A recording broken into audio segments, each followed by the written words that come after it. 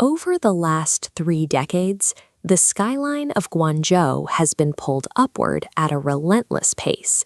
Sleek glass towers and commercial hubs have multiplied across the Pearl River Delta, creating a dense urban environment in a remarkably short window of time.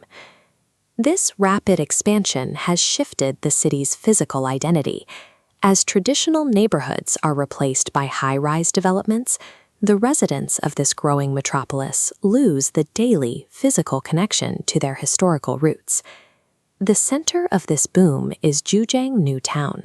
It is the city's most modern district, a high-density grid of glass and light.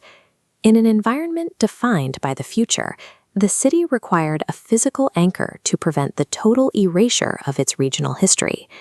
The Guangdong Museum was designed by Rococo design architects to serve as that anchor. Its conceptual inspiration is the traditional Chinese treasure box, an object designed specifically to house and protect precious items. The building uses a formidable, largely windowless outer shell. This design creates a physical barrier that separates the fragile collection from the noise and movement of the surrounding district. The architecture signals a total transition from the public square into a vault. Visitors leave the city behind and enter a space built for the sole purpose of preservation. Inside, the heavy exterior gives way to a complex, layered interior. This design uses traditional Chinese spatial concepts, where sightlines filter through multiple translucent levels. These layers house a collection of 166,000 items, ranging from prehistoric geology to fine Qing dynasty crafts. Collectively, these artifacts represent Lingnan culture, the distinct regional identity developed along the Pearl River. The layout is designed to facilitate decompression. Visitors start at the building's base, moving through prehistoric geology and dinosaur fossils, effectively putting millions of years of history between themselves and the modern street. By prioritizing this spatial experience over a simple timeline, the museum uses physical depth to distance visitors from the urban environment. The deeper you go, the further you are from the noise of the city. The items on display highlight a regional dedication to microscopic detail that has persisted for centuries. This is evident in Chaozhou wood carvings. Craftsmen developed a technique of multi-layered three-dimensional carving, finishing intricate wooden screens with delicate gold leaf. Along the coast, ceramics from regional kilns were produced for the Maritime Silk Road, connecting the province to global markets long before the modern era.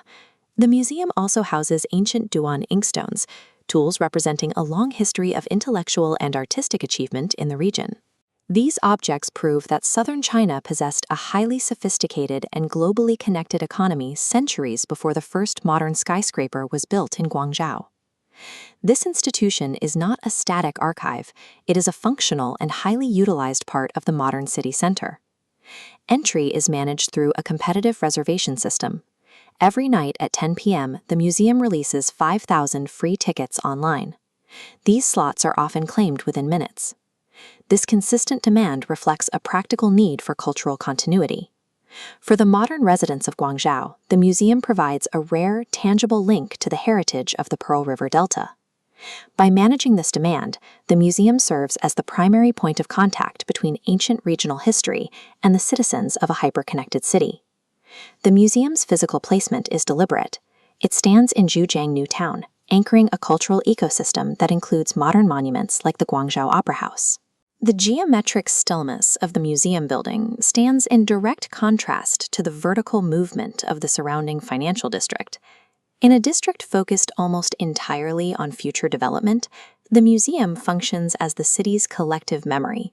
It demonstrates that urbanization does not require the loss of history. Instead, it requires the construction of a protective vessel to ensure that history survives the transition into the future.